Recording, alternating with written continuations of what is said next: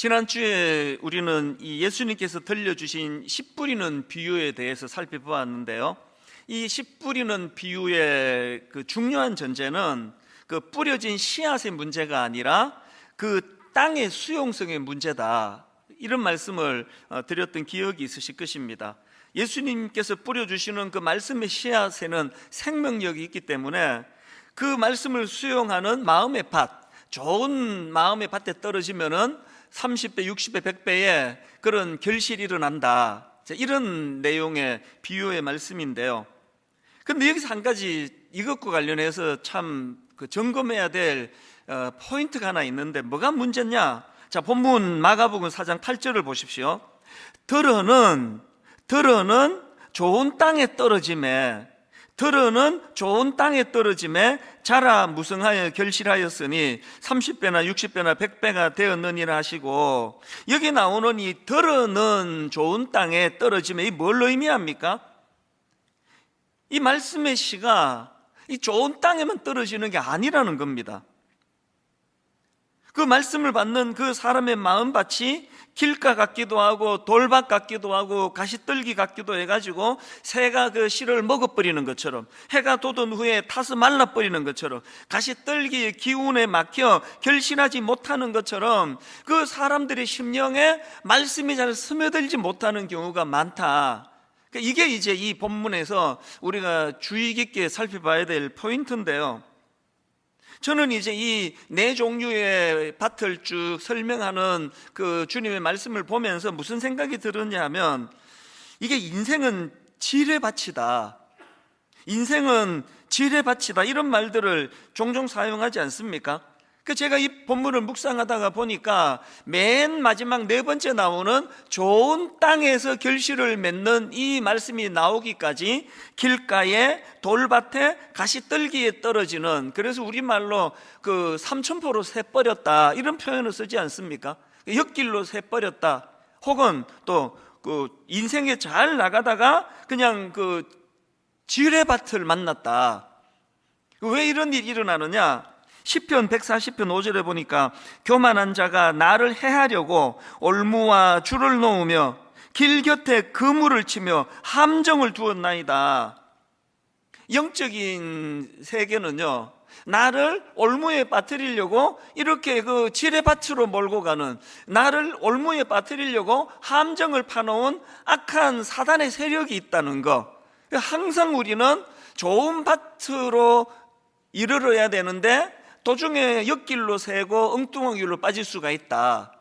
이걸 염두에 두자는 겁니다. 이런 점에서 저는 오늘 본문에서 이제 예수님께서 이 씨 뿌리는 비유에 대하여 그 의미들을 이제 해석해 주시는 그 내용을 본문으로 좀 말씀을 살펴보려고 하는데요.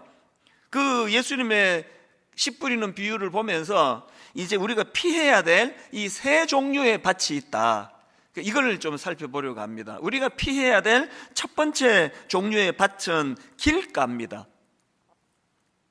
마가복음 4장 3절 4절입니다. 들으라, 씨를 뿌리는 자가 뿌리러 나가서 뿌릴새 들으는 길가에 떨어짐에 새들이 와서 먹어버렸고.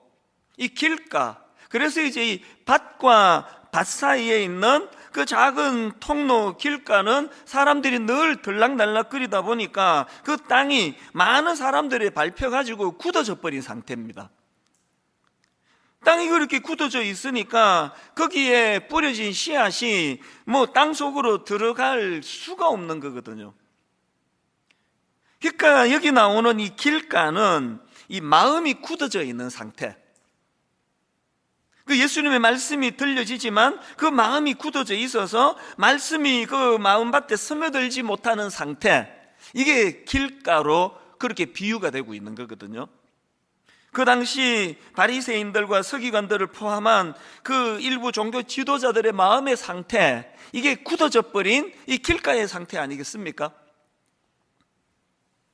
그 지난주에 이제 마가복음 4장 1절부터 9절까지 해서 예수님의 이 비유의 말씀이 잘 이제 선포가 되고 나니까 나중에 이제 다 가고 난 다음에 일부 사람들이 예수님께 와서 묻습니다.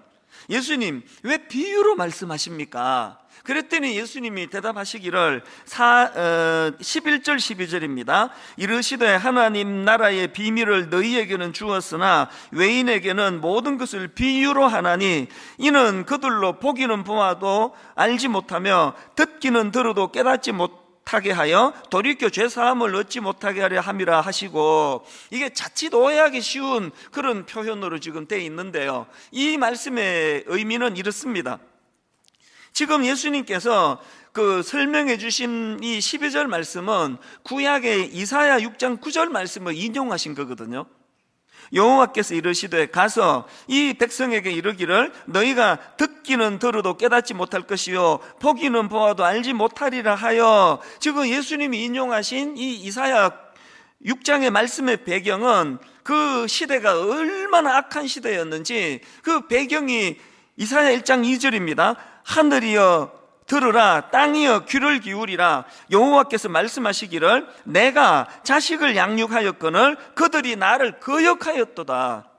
또 5절에 보니까 너희가 어찌하여 매를 더 맞으려고 패역을 거듭하느냐. 온 머리는 병들었고 온 마음은 피곤하였으며 발바닥에서 머리까지 성한 곳이 없이 상한 것과 터진 것과 새로 맞은 흔적뿐이거늘 이것을 짜며 싸매며 기름으로 부드럽게 함을 받지 못하였도다. 그리고 오죽하면은 그 다음 18절을 보십시오. 여호와께서 말씀하시되 오라 우리가 서로 변론하자. 오라 우리가 서로 변론하자. 얼마나 그 하나님의 말씀을 받아들이지를 못하는지 막 이 하나님의 그 답답하신 마음이 이렇게 표현된 거 아닙니까? 우리가 자녀를 기르다가 사춘기 애가 너무나 부모 말에 귀를 안 기울이면 막 이런 표현이 나오잖아요. 너 한번 엄마하고 한번 정말 깊이 좀 얘기 좀 해보자. 예수님이 지금 그 어떤 시대 상황을 배경으로 말씀을 주시는지 아시겠죠? 그러니까 지금 예수님께서는요, 그들이 구원받는 걸 원하지 않는다 이런 말씀을 설마 하시겠습니까? 이 비유를 지금 설명하시는 예수님께서 지금 그 당시 사람들의 마음의 밭이 얼마나 굳어 있어 주님의 말씀이 스며들지 못하는 그 안타까움을 이렇게 표현하고 있는 거거든요. 이게 바로 딱딱하게 굳어진 그 길가의 상태, 이걸 말하는 거 아닙니까? 예수 믿는 우리가 늘 경계해야 되는 게 이겁니다. 그 당시 종교 지도자들의 그 경직됨, 그 초신자들이 아니거든요. 항상 저희 같은 오래 믿었던, 그리고 또 교회의 지도자라고 자처하는 사람들은 이 길가와 같은 굳어진 마음이 되기가 쉽다. 그리고 더 이게 나쁜 게 뭐냐, 바로 그런 굳어진 마음밭을 방치하면 거기가 사탄의 놀이터가 된다는 거. 여러분 잘 아시는 요한복음 13장 2절, 마귀가 벌써 시몬의 아들 가룟 유다의 마음에 예수를 팔려는 생각을 넣었더라. 이게 바로 오늘 본문 15절 말씀 아닙니까? 말씀이 길가에 뿌려졌다는 것은 이들을 가리킴이니 곧 말씀을 들었을 때에 사탄이 적시 와서 그들에게 뿌려진 말씀을 빼앗는 것이요. 혹시나 교회 생활을 오래 하고 또 봉사하다가 담임 목사한테 상처를 받으신 분 계시면요, 그거 푸셔야 돼요. 그리고 저도 할 수 있는 대로 우리 성도님들에게 상처 드리는 일 하지 않으려고 정말로 애를 많이 쓰거든요. 왜 애씁니까? 목사한테 상처를 받으면 마음이 다쳐버리기 때문에 그렇습니다. 말씀을 들을 때 마음이 굳어져서 은혜를 못 받기 때문에 정말 많이 노력을 하거든요. 여러분, 교회는 다 연약한 존재들이 모이기 때문에 때로는 상처를 내가 누군가에게 주기도 하고 또 다른 누군가에게 내가 상처를 받기도 하는데, 이 문제는 나와 너의 문제가 아니라 나와 하나님의 문제예요. 어떤 경우라도 교회에서 이 마음이 굳어져 버리면, 마음이 다치면 거기가 내 마음밭이 사탄의 놀이터가 된다는 겁니다. 이것이 이 길가라는 그런 가슴 아픈 그 지뢰밭, 이렇게 씨가 스며들 수 없는 그런 것을 이제 비유하는 말씀이고요. 두 번째로 우리가 피해야 될 땅이 하나 더 있는데 돌밭입니다. 돌밭과 관련한 예수님의 설명을 들어보십시오. 16절 17절. 또 이와 같이 돌밭에 뿌려졌다는 것은 이들을 가리키미니 곧 말씀을 들을 때에 즉시 기쁨으로 받으나 그 속에 뿌리가 없어 잠깐 견디다가 말씀으로 인하여 환난이나 박해가 일어나는 때에는 곧 넘어지는 자요. 그 앞에 길가가 이게 마음이 굳어진 상태를 설명하는 거라면, 두 번째로 나오는 돌밭은 이게 얕음의 문제. 저는 우리 개신교가 깊지가 못해. 그 얕은 것 같아. 이런 이야기를 가끔씩 들을 때마다 하나님께 너무 죄송을 해요. 이게 시간이 좀 지난 이야기인데요. 그 종교부 기자 분하고 통화를 할 일이 있었는데, 이제 한참을 이제 대화를 하는 가운데 이분이 정말 마음 아픈 이야기를 하셨어요. 이분이 이제 종교부 기자다 보니까 여러 이제 그 종교 지도자들을 만나고 대화하고 그럴 기회가 있는데, 제가 시간이 좀 지난 일이라서 정확한 기억이 지금 가물가물합니다만, 무슨 일로 이분이 이제 천주교 지도자도 만나 대화하고, 불교 지도자도 만나 대화하고, 우리 개신교 지도자도 만나 대화해 보니까 자기가 만난 그 특정인이죠, 그 개신교 지도자가 그 대화의 수준이 제일 떨어지더라. 그런 이야기를 하는 거예요. 제가 그 얘기를 듣는데 정말 이렇게 마음이 이렇게 싸하더라고요. 물론 그 기자분이 만난 그분이 한국 개신교를 대표하는 분도 아니고 목사님들의 수준이 그 한 분으로 평가되는 건 아니지만, 가슴 아픈 건 꽤 많은 이런 생각들을 하고 있는 게 현실이라는 겁니다.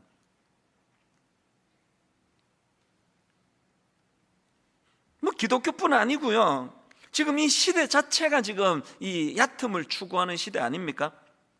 예전에 지적 대화를 위한 넓고 얕은 지식, 이런 제목의 책이 그 베스트셀러가 돼서 화제가 된 적이 있는데요, 이 제목 그대로 아닙니까?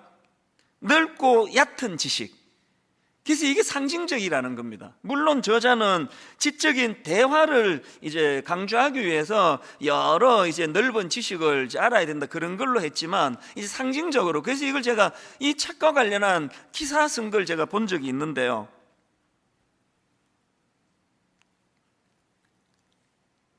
이 시대가 이 얕음이 흠이 되지 않는 시대다, 그렇게 규정하는 게 제게 참 인상적이었습니다. 그리고 어떤 그 사회학교 교수님이 이런 말을 했습니다. 지금 시대는 얕은 지식이 매력적인 시대이다. 이 시대적인 풍조예요. 그러니까 저는 제 집에 딸이나 아들, 우리 아이들을 보면서 늘 강조하지만, 정말 이 사탄이요, 우리 시대 다음 세대를 흔드는 공격 중에 하나가 이 얕음을 머물 얕음. 그래서 지금 큰일 났습니다. 많은 청소년들이나 청년들 얘기를 들어보면은 이제는 이런 좀 두꺼운 책을 전혀 읽는 습관이 안 돼 있다는 거예요. 그리고 또 전부 다 영상으로, 유튜브로 다 해결을 하는데, 그것도 또 제가 들은 이야기 중에 마음이 아픈 게 5분을 넘기면은 집중을 못 한다는 게, 모든 걸 짧게. 이건 보통 문제가 아닙니다. 이렇게 얕음을 자랑하는 이런 시대다 보니까 우리가 자녀 교육에 대해서도 그렇고, 그래서 이 문제가 제대로 정리가 잘 안 되면 그야말로 바람에 나는 겨와 같은 인생, 그냥 시류에 흔들리는데 이 중심을 잃어버린 것 같은 거 아닙니까? 그렇기 때문에 저는 이런 점에서 19세기 사상가 헨리 데이빗 소로우가 쓴 책입니다, 월든이라는 책을 제가 굉장히 주목을 합니다. 이 월든이라는 책은요, 저자 소로우의 그 대단한 분이에요. 이분이 하버드 대학교를 졸업했는데 다른 졸업생들과는 다른 길을 갑니다. 여전히 땀 흘려 수고하는 그런 노동의 중요성을 삶으로 실천하고, 그리고는 급기야 자기 내면에 집중하기 위해 가지고 이 월든 호숫가 숲속으로 들어가서 거기서 5평짜리 오두막을 짓습니다. 그리고 무려 2년 2개월 동안을 그곳에서 고독한 생활을 통해서 자기 내면에 집중한 그 내용을 가지고 쓴 책이 이게 월든이라는 제목의 책이거든요. 저는 헨리 데이빗 소로의 이 이야기 중에서 월든의 이 오두막에 있었던 세 개의 의자, 이걸 제가 오늘 좀 제가 소개해 드리고 싶은데, 이게 뭐냐 하니까 그 소로가 이런 말을 했습니다. 내 오두막에는 세 개의 의자가 있다. 하나는 고독을 위해, 다른 하나는 우정을 위해, 또 다른 하나는 세상을 위해서다. 저는 너무나 정신없이 살아가는 우리 모두에게 바로 이 세 개의 의자가 장만이 돼야 된다. 이걸 제가 오늘 여러분에게 정말 제가 호소하고 싶습니다. 여러분에게는 이 세 개의 의자가 마련되어 있습니까? 이 고독을 위한 의자, 다른 말로 하면은 홀로 생각하는 차원에서의 의자가 있습니까? 그런가 하면은 두 번째 의자인 우정을 위한 의자, 다른 말로 하면은 다른 사람과의 우정을 나누는 공간 차원에서의 그런 의자가 마련되어 있습니까? 세 번째가 세상을 향해 열린 의자, 다른 말로 세상과 교류하는 공간, 세상과 교류하는 공간 차원에서의 의자가 마련되어 있느냐는 겁니다. 그러니까요, 이게 무슨 언둔, 나는 세상과 단절, 이런 얘기가 아니에요. 제대로 세상과 소통하고 제대로 이웃과 소통하기 위해서 먼저 내 내면의 깊이가, 그래서 내 내면에게 집중하는 게 필요하다는 그 얘기거든요.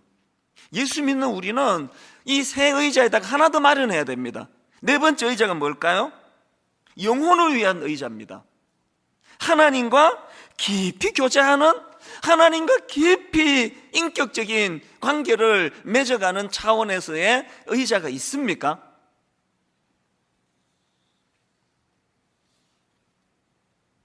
이런 내용을 다루고 있는 그 속도에서 깊이로, 이런 제목의 책이 있는데요, 이 속도에서 깊이로라는 이 책에서 뭘 이제 권하는가 하니까, 우리가 뭐 너무 바쁘게 살아가는데 뭐 우리가 그 소로처럼 2년 2개월을 막 격리된 어느 숲속으로 살 수 없잖아요. 당장에 제가 이제 오늘 막 내가 너무 이게 깊이가 없는 것 같아서 한 2년 반 어디 뭐 설악산 오두막 짓고 오겠습니다. 그게 말이 되는 소리냐고, 못하는 거거든요, 우리는.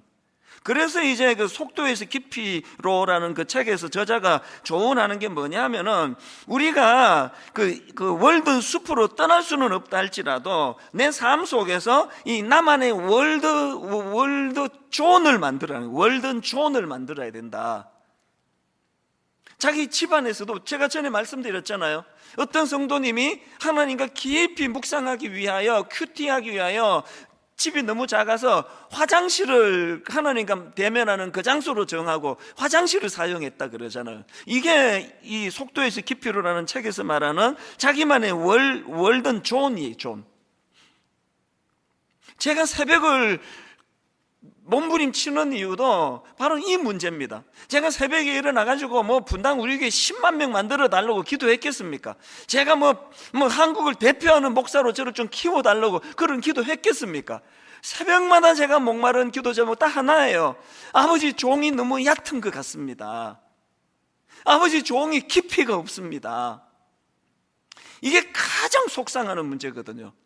사람이 뭐 몇 명이 더 늘고 더 줄고 이게 문제가 아니라, 아니 우리 하나님은 그 깊으신 하나님인데, 이런 점에서 저는 시편 1편 1절 2절이요, 복 있는 사람은 악인들의 꾀를 따르지 아니하며 죄인들의 길에 서지 아니하며 오만한 자들의 자리에 앉지 아니하고 오직 여호와의 율법을 즐거워하여 그의 율법을 주야로 묵상하는 자로다. 이게 아까 말했던 그 세 개의 방, 네 개의 방, 거기에 세 개의 의자, 네 개의 의자를 마련해야 된다, 그 이야기 아닙니까? 제가 왜 새벽이 너무너무 좋은가 하면은요, 새벽에는 저한테 뭐 문자 보내고 별로 없습니다. 별로가 아니라 아예 없습니다. 이 새벽에 뭐 전화 오는 데가 있습니까? 그저 깊이 하나님 앞에 자기를 돌아보고, 그래서 저는요, 뭐 어제도 경험했고 그 전날도 경험했는데, 새벽이 너무너무 제게 기쁜 시간인 동시에 또 한편 내 이 실체를 바라보게 되는 괴로운 시간이에요. 그 전날에 제가 우리 교역자들에게 위한다고 툭 던진 말이 이게 얼마나 얕은 차원의 말이었는가를 누가 지적을 해주는 적이 없는데도 그게 새벽마다 저는 아파요. 난 왜 이렇게 얕을 수밖에 없는 건가?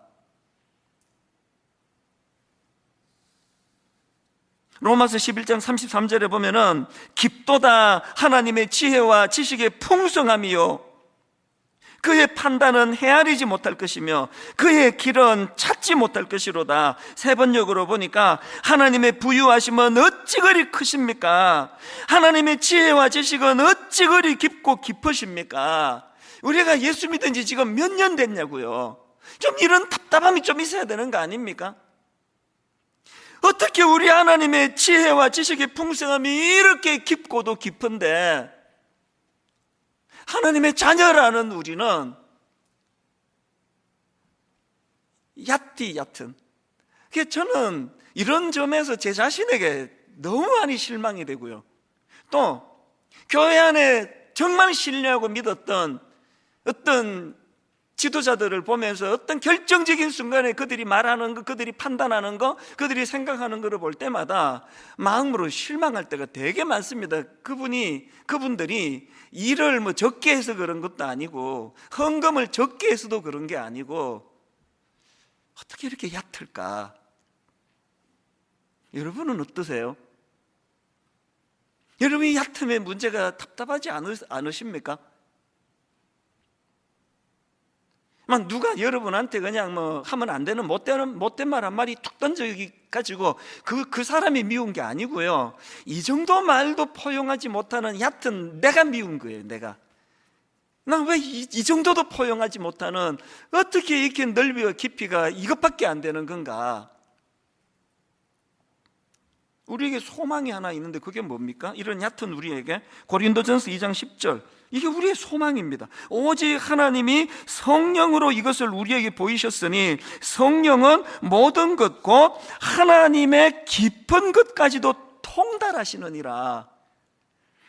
우리가 이 성령님조차도 너무 얕은 것에만 우리가 이것을 그냥 성령님을 그래서 무슨 방언을 받고 뭐 통변을 하고 뭐 병을 고치고 이런 것들도 성령님의 큰 역사지만요, 성령님은 이 놀라우신 하나님의 깊고 풍성한 그 지혜와 지식, 그 길로 인도해 주시는 놀라우신 가이드가 성령님이시란 말입니다. 늘 일상 가운데 아버지, 저는 너무 얕습니다. 저는 타고나기를 내 존재가 너무너무 얕은 존재입니다. 성령님 불쌍히 여겨주시고 저를 좀 깊은 영의 세계를 볼 수 있게 해주시기 원합니다. 이런 의미에서요, 일만성도 파송운동은 하나님이 제게 주신 축복의 선물이에요. 새벽마다 이 문제를 가지고 실험할 수 있게. 그런가 하면은 세 번째로 우리가 피해야 될 땅이 하나 더 있는데 가시떨기 땅입니다. 가시떨기. 18절 19절입니다. 또 어떤 이는 가시떨기에 뿌려진 자니 이들은 말씀을 듣기는 하되 세상의 염려와 재물의 유혹과 기타 욕심이 들어와 말씀을 막아 결실하지 못하게 되는 자요. 예수님의 이 분석을 우리 놓치시면 안 됩니다. 여러분, 가시떨기 밭과 같은 그 마음의 밭은 어떤 밭입니까? 말씀이 또 들려줘요. 은혜도 받아요. 눈물도 흘려요. 그러나 이미 내 내면에 굳어져 버린 세상의 염려와 재물의 유혹과 기타 욕심이 이 말씀을 막아버리는 거예요. 금방 은혜를 받았지만 이미 내 안에 자리 잡고 있는 이 욕심이 말씀을 수용을 못하게 만드는 거거든요. 성경의 대표적인 케이스가 마가복음 10장에 나오는 부자 청년 아닙니까? 이 부자 청년이 예수님께 달려와 가지고 내가 뭘 해야 영생을 얻으리까 질문을 해요. 그래서 예수님께서 살인하지 마라, 간음하지 마라, 도둑질하지 마라, 거짓 증언하지 마라, 이런 계명들을 잘 지키는 게 중요하다 그랬더니 이 청년이 그 말을 받아가지고 냅다 하는 말이 뭐냐? 마가복음 10장 20절 그가 여짜오되 선생님이여 이것은 내가 어려서부터 다 지켰나이다. 가만히 보니까요, 진짜 진리가 궁금해서 찾아간 거 아닌 것 같아요. 자랑하기 위해서. 이게 얕음의 문제 아닙니까? 나 이런 거 다 지키고 있다고. 그랬더니 예수님이 그런 청년에게 혀를 찌르는 말씀을 주십니다. 21절 예수께서 그를 보시고 사랑하사 이르시되 네가 아직도 한 가지 부족한 것이 있으니 가서 내게 있는 것을 다 팔아 가난한 자들에게 주라. 그리하면 하늘에서 보화가 내게 있으리라. 그리고 와서 나를 따르라 하시니, 그랬더니 그 다음 청년의 태도 행동을 보십시오. 22절 그 사람은 재물이 많은 고로 이 말씀으로 인하여 슬픈 기색을 띠고 근심하며 가니라. 이게 바로 오늘 본문 19절에서 예수님이 비유로 주신 말씀, 세상의 염려와 재물의 유혹과 기타 욕심이 들어와 말씀을 막아 결실하지 못하게 되는 자요. 딱 이게 이 말씀이 그 청년에 해당되는 거 아닙니까? 오늘 여러분 수많은 이 예수 믿는 분들 주일마다 교회를 찾고 늘 은혜를 구하는 우리들의 모습이 바로 이런 모습이 아닌지 돌아보셔야 된다는 겁니다. 일만서도 파송 운동은 하나님이 내게 주신 선물이다 이렇게 생각할 수 있는 건 지난 8년 동안 이 문제를 하나님이 드러내 주셨거든요. 네가 굉장히 그럴듯하게 포장을 하고 있지만 네 근원 속에 네 교회만을 위하는 탐심이 자리 잡고 있다는 거, 부인할 수 없는 하나님의 말씀 앞에 이 8년간 지금까지 싸워오고 있는 거거든요. 여전히 내 교회 잘 되는 게 좋고, 내 교회 하다못해 지금 코로나 이후로 유튜브로 내 설교 조회수가 많은 것조차도 난 그거를 피할 수가 없는 기쁨이거든요. 늘 싸워야 되는 게 이 문제거든요. 우리 본능에 내버려 두지 말고 이 본능에 역행하기 위하여 늘 싸워야 돼요. 아버지, 내가 이렇게 저질입니다. 내가 하여튼 하나님의 말씀이 흥왕하고 한국교회가 다 같이 부흥하고 이런 데 관심보다는 그저 분당 우리 교회 잘 되는 거, 이 29교회로 우리가 이렇게 분립을 해나가고, 이제 여러분 부탁드리는데요, 주 안에서 자유하십시오. 지금 결정 안 하셔도 됩니다. 올 연말에 29교회를 안 따라가셔도 돼요. 분당 우리 남으셔도 돼요. 그리고 또 이 29교회도 아니고 분당 우리 교회도 아니고 난 다른 교회로 간다, 한 가지만 제 부탁을, 간청을 들어주세요. 작은 교회로 가십시오. 지금 하나님이 너무 큰 교회로 몰리는 거 이걸 하나님이 싫어하셔서 일만수도 파수 운동을 시작했는데 이 교회는 이제 나가라 그러네. 이게 또 다른 큰 교회를 찾아가신다면 이게 어떻게 하나님 마음에 이게 합한 생각이겠냐고요. 동네에 있는 자그마한 교회에 건강한 교회가 참 많습니다. 내 한 교회가 잘 되는 것이 중요한 것이 아니라 정말 이 하나님의 마음을 헤아릴 수 있는, 그래서 늘 내 안에 부인할 수 없는 세상의 염려와 재물의 유혹과 기타 욕심이 들어와. 왜 여러분 세상에 염려가 많습니까? 원래 탐심이 많으면, 욕심이 많으면 염려가 많아지게 되는 거거든요.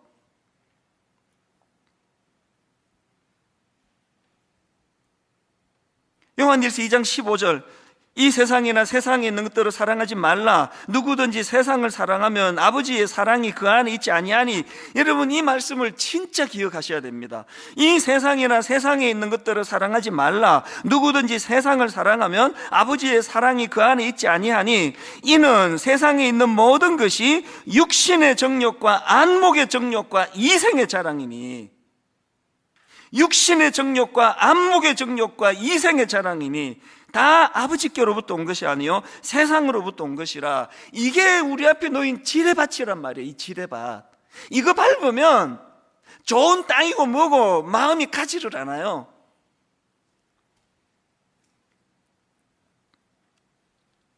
이제 이번 주간부터 일만수도 파송 운동이 실질적으로 스타트가 되는 거 아닙니까?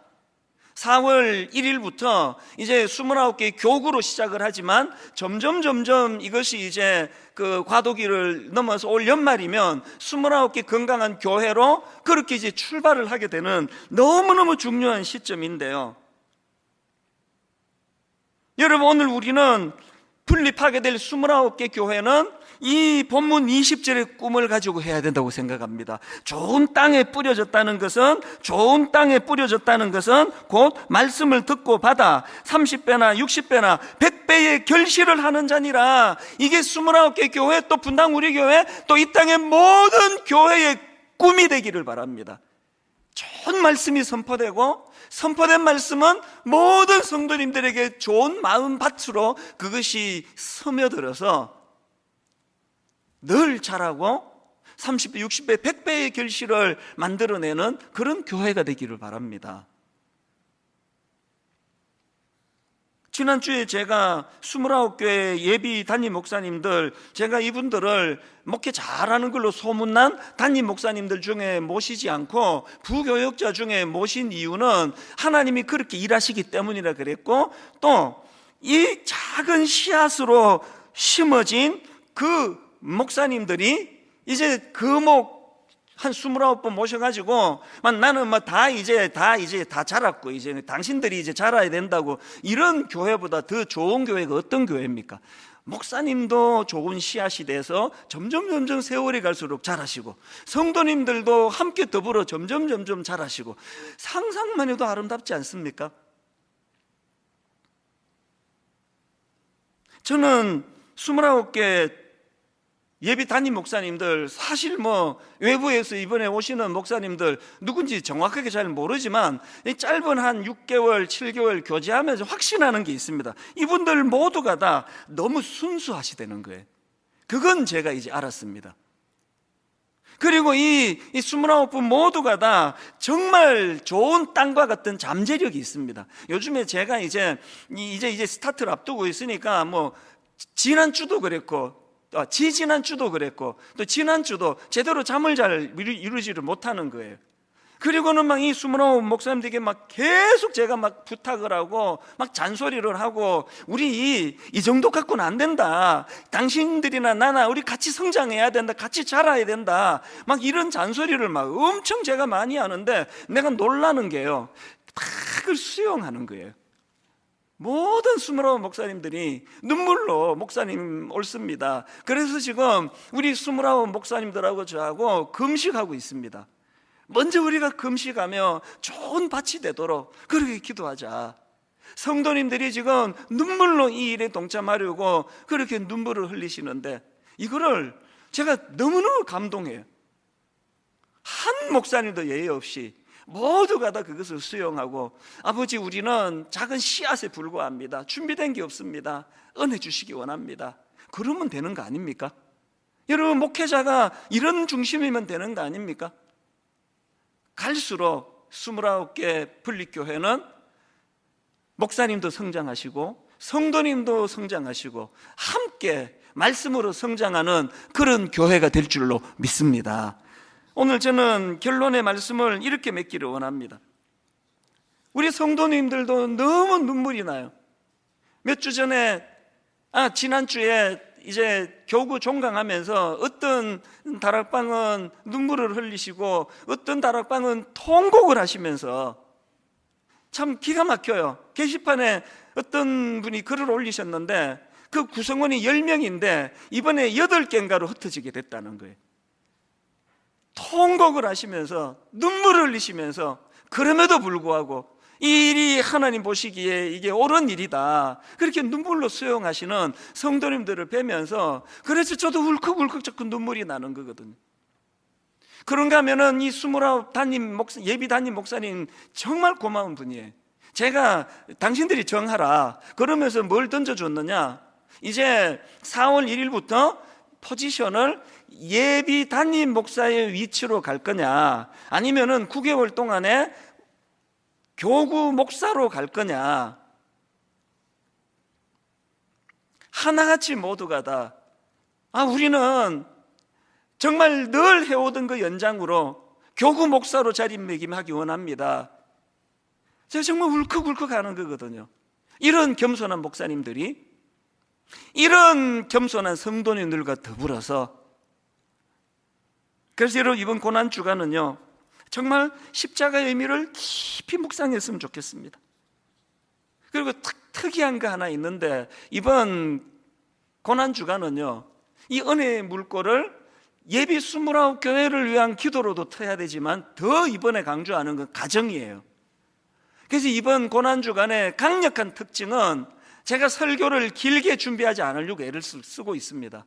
그리고는 그렇게 공예배가 마쳐지면 모든 가정에서 엄마와 아빠가, 어린 자녀들이 이 받은 말씀을 가지고 좋은 밭이 돼서 함께 대화하고 함께 꿈을 나누고, 이런 고난주간, 그래서 이 십자가의 은혜가 가정을 살리고 가정을 회복시켜 주시는, 그래서 이제 홈페이지 오셔서도 자료를 다운받으시고요, 카카오톡으로 등록을 하시면 아침마다 묵상할 거리를 보내드린다고 하네요, 팀에서. 제가 눈물을 흘릴 수밖에 없는 것, 너나 없이 다 약한데, 죄성으로 우리는 얕은 인생인데, 때로는 마음이 너무 길가에 던져진 씨앗처럼 딱딱하게 굳어 있는데, 주님의 십자가로 인해 우리를 옥토로 만들어 주시는 것, 이것을 누리며 사는 것이 신앙생활이라고. 이번 고난주간에 이 은혜를, 이 십자가의 능력을 마음 깊이 묵상하고, 그래서 모두가 다 부활주의를 앞두고 하나님 앞에서 옥토, 좋은 밭이 돼 30배, 60배, 100배의 결실을 거두는 그런 성도님들, 그런 교회가 되기를 주님 이름으로 축원합니다. 오늘 이 말씀을 기억하시면서 이 찬양이요, 우리 죄 위해 죽으신 주, 십자가 그 사랑 감사하네, 날마다 주의 형상대로 변화되리라, 십자가 우릴 새롭게 하네. 하나님, 나는 길가에 던져진 씨앗 같은 마음밭이었습니다. 하나님, 참으로 저는 가시덤불 속에 던져진 씨앗 같은 존재입니다. 그런데 하나님, 십자가 은혜로 옥토가 되기를 원합니다. 어떤 말씀도 수용할 수 있는 그 깊은 영혼을 소유하고 싶습니다. 우리 이런 마음을 가지고 이 찬양을 주님께 불러드리면 좋겠습니다. 우리 죄 위해 죽으신 주, 우리 죄 위해 죽으신 주, 십자가 그 사랑 감사하네, 날마다 주의 형상대로 변화되리라, 십자가 우릴 새롭게 하리. 우리 다시 한번 고백합니다. 우리 죄 위해 죽으신 주, 십자가 그 사랑 감사하네, 날마다 주의 형상대로 변화되리라, 십자가 우릴 새롭게 하리. 놀라운 사랑 찬양하리라, 우리를 위해 생명 주셨네. 놀라운 사랑 십자가의 그 능력, 십자가의 그 능력,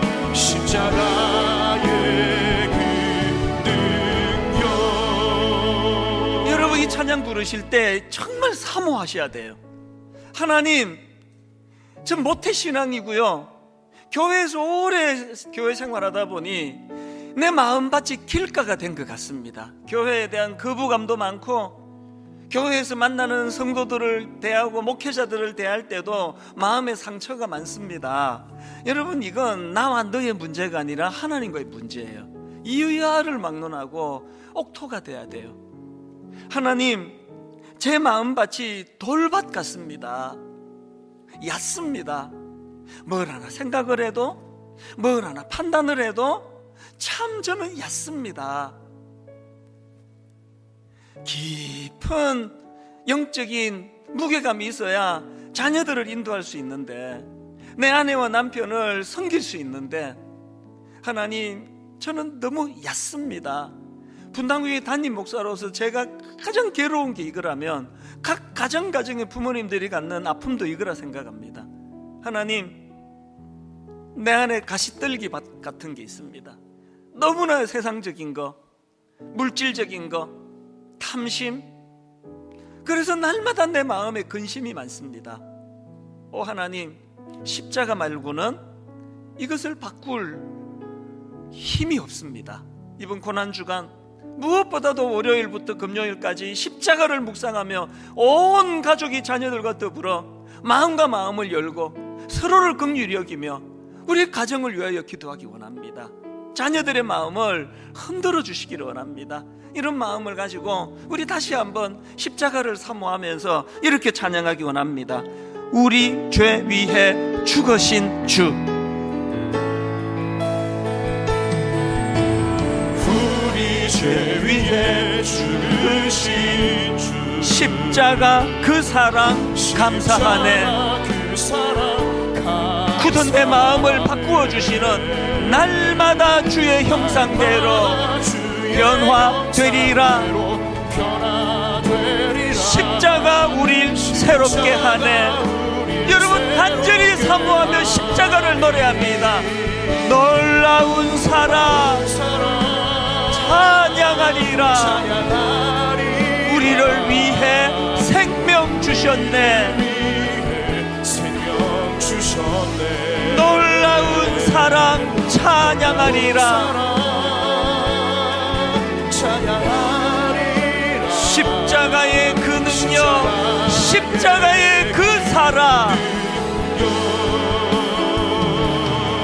십자가의 그 우리 다시 한번 마음을 담아 간절히 사모하며 우리 죄 위해 죽으신 주. 십자가 그 사랑 감사하네. 얕은 우리 심령이지만 은혜를 사모합니다. 날마다 주의 형상대로 변화되리라.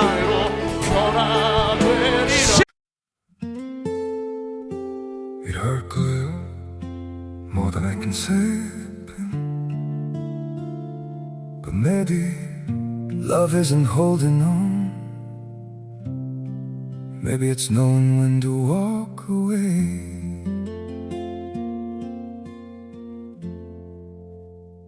We try to hold what we're slipping through, like sand running from our hands.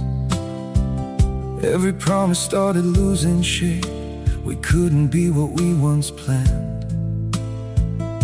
Your eyes would look right through mine, like you were already gone. We stayed too long in a fading light, trying to prove we still. It hurt good, more than I can say. But maybe love isn't holding on. Maybe it's knowing when to walk away.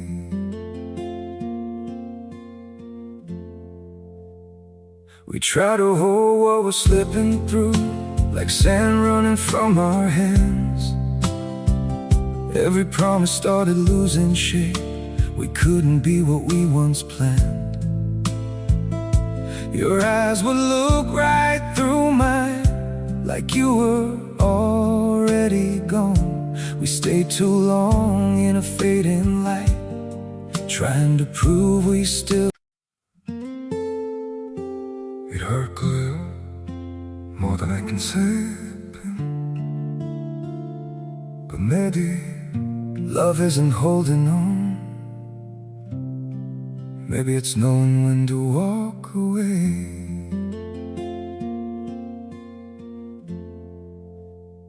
We try to hold what we're slipping through, like sand running. 십자가 우리 새롭게 하리. 그 십자가 주님의 사랑, 놀라운 사랑 찬양하리라. 우리를 위해 생명 주셨네.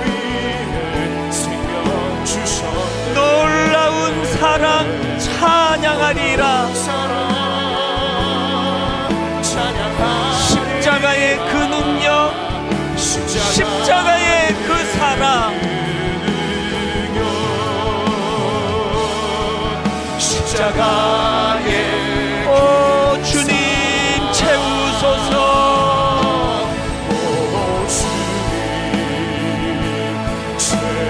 나의 잔을 높이 둡니다. 하늘 양식 내게 채워주소서.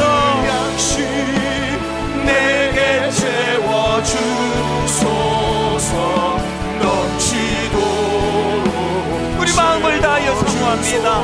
오 주님 채우소서. 나의 잔을 높이 듭니다. 하늘 양식 내게 채워주소서.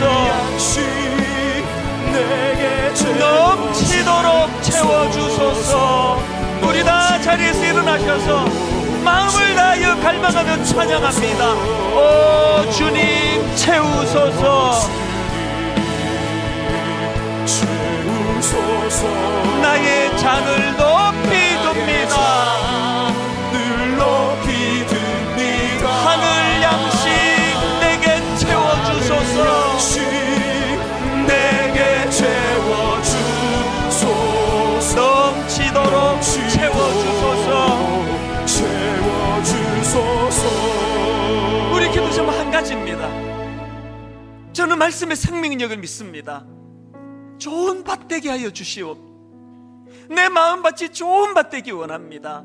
말씀이 심어지면 30배, 60배, 100배의 결실이 나는 주님의 말씀의 생명력을 믿사오니 이 말씀이 내게로부터 회복이 되고 내 자녀들을 살리고 가정을 회복시키고 아버지 이 말씀이 29교회를 살리고 한국의 모든 교회들마다 회복이 일어나는 능력이 되게 하여 주시옵소서. 고난주간을 마음으로 품고 우리 한 목소리로 합심해서 같이 기도하시겠습니다. 살아계신 하나님 아버지, 하나님의 은혜의 시간 감사함으로 사모하고 주셔서 아버지 마음으로 받기 원합니다. 하나님 아버지, 우리 인생의 지뢰밭길이 너무나 많습니다.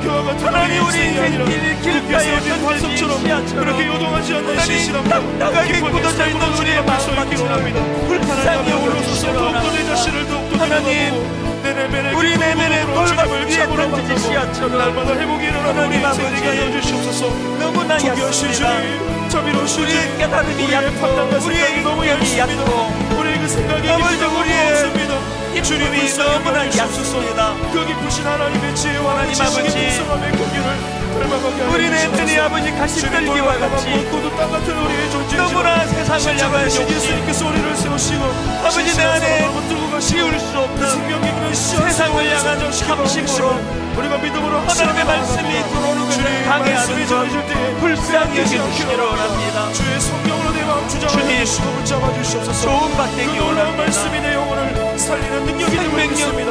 있는 주님의 말씀이 충만할 때에 그것을 내 온 마음으로 받아들일 수 있는 아버지 하나님 수용성 있는 말씀의 아버지 밭이 되게 하여 주시옵소서.